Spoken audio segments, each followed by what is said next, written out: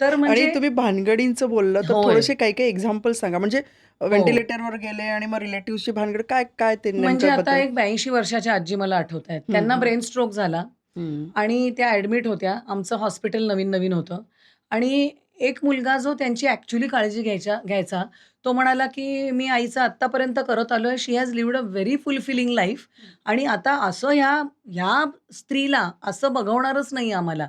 जी स्वाभिमानी बाई होती आणि जी सगळं स्वतःचं स्वतः करत होती, ती अशी बेडबाउंड बघवणारच नाहीये." दुसरा मुलगा आला आणि म्हणाला, "सगळं करायचं हिचं."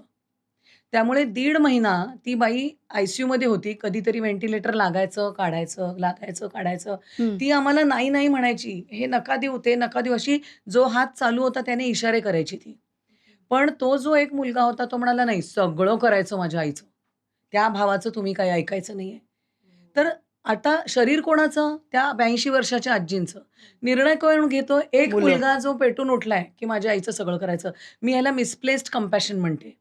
कधी-कधी इस्टेटीवरनं पण भांडणं चालू असतात आणि ती मिटेपर्यंत त्यांचं म्हणणं असतं, की हे चालू राहू दे सगळं.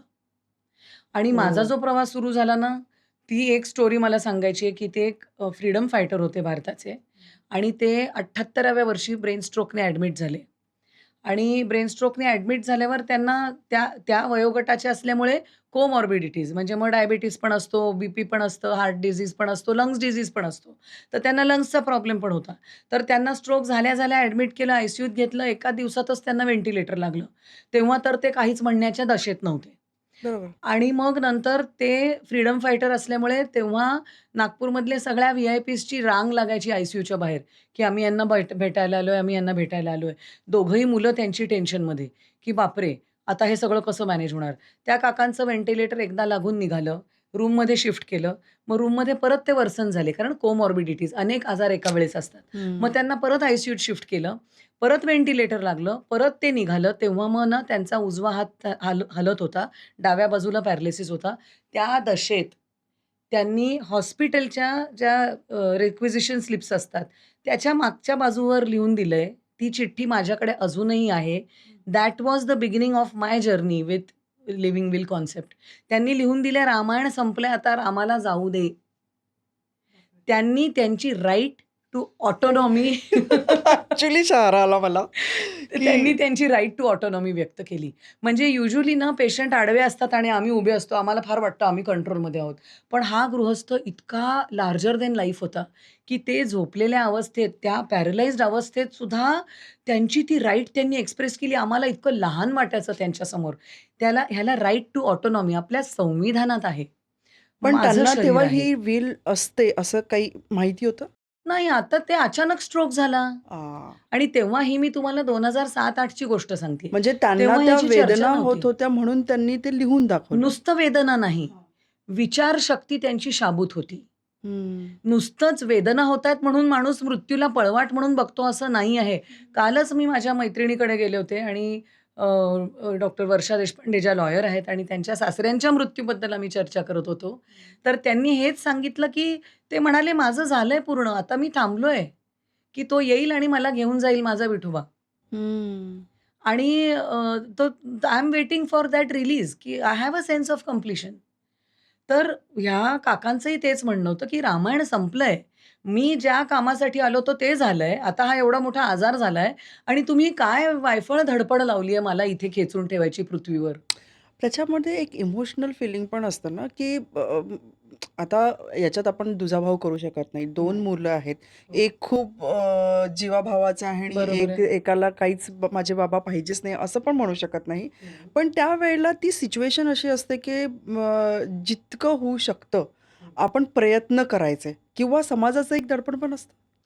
तर समाजाची भीती, समाजाचं दडपण, नातेवाईकांची भीती, शेजाऱ्या-पाजाऱ्यांची भीती, की ते काय म्हणतील? प्रयत्नच केले नाही. हॉस्पिटलचे मामा-मावशी आपल्याला जज करतील का? प्रयत्नच केले नाही म्हणजे युद्ध सुरू व्हायच्या आधीच तुम्ही पळून जाताय का? असं पण एक स्टेटमेंट ऐकलेलं आहे. पण प्रिन्सिपल्स ऑफ बायो एथिक्स एका मनुष्य प्राण्याने दुसऱ्या मनुष्य प्राण्याशी कसं वागायचं? हे पॅलिएटिव्ह शास्त्राचं फाउंडेशन आहे. तर त्याच्यामध्ये त्यांचं काय म्हणणं आहे, की autonomy, right to decide about myself. माझं शरीर आहे, निर्णय मी घेणार, शेजारी नाही. किंवा नातेवाईक नाही, माझी मुलं पण नाही, माझं स्पाउस पण नाही. माझं शरीर आहे. मी सो राइट टू ऑटोनॉमी कुठे दिली आहे? संविधानात दिली आहे. In our constitution. आपलं कॉन्स्टिट्यूशन अतिशय सुंदर आहे. खूप मोठं काम करून गेलेले आहेत. तर ते इतकं सुंदर it is a constitution on humanism. कोणता धर्म आहे आपल्या कॉन्स्टिट्यूशनमध्ये? माणुसकीचा धर्म आहे. आणि त्याच्यात सगळ्यात महत्वाचं. हो. आणि त्याच्यात काय म्हटलंय, की माझ्या शरीराचा निर्णय मी घेणार. तर right to autonomy number 1. Number 2 तुम्ही जे प्रोसिजर करणार आहात, तुम्ही जे मला हॉस्पिटलमध्ये घेऊन चाललायत, की नाही, नाही माझं तुझ्यावर प्रेम आहे खूप, तू माझी आई आहेस, बायको आहेस, जे काय आणि माझं मी सगळं तुझ्यासाठी करणार. आणि जाऊ देणार हां, नाही. जाऊ देणार नाही. हे जे तुम्ही सगळं करताय त्याच्यामध्ये माझा फायदा आहे का? बेनिफिशियन्स. तर जर मला असं असेल आजार, की जो बरा नाही होणार आहे, तर हॉस्पिटलला नेऊन नाहीये फायदा. टर्मिनल कॅन्सर आहे, स्प्रेड झालाय. There is no use unless you are taking me to the hospital to keep me comfortable. Not to postpone my death. तर presence of beneficence, absence of maleficence. तुम्ही जे माझं करणार आहे, मी तोंडाने खात नाही म्हणून पोटात ट्यूब टाकणार आहे, असं हां. सगळं करणार आहे, तर त्या प्रोसिजरने माझं नुकसान होईल का? मग ते नाही केलं पाहिजे. ॲब्सेन्स ऑफ मॅलिफिशन्स आणि चौथं आहे जस्टिस. न्याय होतोय की नाही माझ्याबरोबर. तर these are the 4 principles of bioethics. तर केअर गिव्हिंग काउन्सिलिंग पण मी करते. केअर गिव्हिंग काउन्सिलिंगचं मी तर सेशन घेते. तर त्या केअर गिव्हर्सना जेव्हा दुविधा मनस्थिती असते, अर्जुनालाही दुविधा झाली, दुविधा कोणालाही होते. तर अर्जुनाला दुविधेचा त्रास झाला. तर केअर गिव्हर्सना सुद्धा दुविधेचा त्रास होत असतो, की हे करू की नको करू? मग ती दुविधा कशी मिटवायची? तर principles of bioethics. He principles दिली आहेत, की एका मनुष्य प्राण्याने दुसऱ्या मनुष्य प्राण्याशी वागायचं कसं? In a case of emergency or any time. तर मग त्याच्यामध्ये ह्या 4 मुद्द्यांचा विषय जेव्हा विचार करतो, तेव्हा केअर गिव्हर्सनाही निर्णय घेणं सोपं जातं, की नाही, नाही ह्याने तर माझ्या आईचं नुकसान होणार आहे, नको करायला. ह्याने तिचा फायदा होईल का? मग करा ही चर्चा डॉक्टर्सबरोबर, की डॉक्टर सर मला हे सांगा, की हे तुम्ही म्हणताय करायचा, की व्हॉट आर द चान्सेस की ह्याने बेनिफिट होईल? त्यांना सांगू दे, देऊ दे उत्तर आणि मग तुम्ही ठरवा, की हे करायचं की नाही करायचं. टेक एन इन्फॉर्म्ड चॉईस आणि सर्वात महत्त्वाचं, माझी आई जर आज बोलू शकत असती, तर तिने काय म्हटलं असतं? तर मग जर चर्चा तुमच्या घरी झाल्या असतील, तर दॅट इज अल्सो इनफ. पण मग जर जसं मी म्हटलं 2 मुलांची मतं वेगळी, तर मग ती हं. नुसती चर्चा होऊन उपयोगाचं आणि नाहीये. चर्चेचा म्हटलं तर आता आता कोणाला वेळच नाहीये ती चर्चा 2 चर्चा. मिनिटं आईसोबत किंवा हो, हो, हो, वडिलांसोबत हो, बसायची. हो. कारण इतकं धकाधकीचं जीवन आज बिलकुल, बिलकुल. सुरू आहे. हो. तर ते त्याच्यामुळे एकाला काहीतरी वेगळं माहिती असतं, दुसऱ्याला काहीतरी होय, वेगळं माहीत होय. असतं. अगदी बरोबर मुद्दा आहे हा. अगदी बरोबर. नाही माझ्याशी आई असं कधी बोललीच नाही. बोललीच नाही. आम्ही ऑस्ट्रेलियाला राहतो, आठवड्यातनं एकदा फोन कॉल. मी नेदरलँड्सला राहते, आठवड्यातनं एकदा फोन कॉल्स. तर मग व्हिडिओ कॉलवरती आपण गप्पा मारतो. नवीन-नवीन नातवंड झालं असतं, त्याच्यात खेळण्यात वेळ जातो.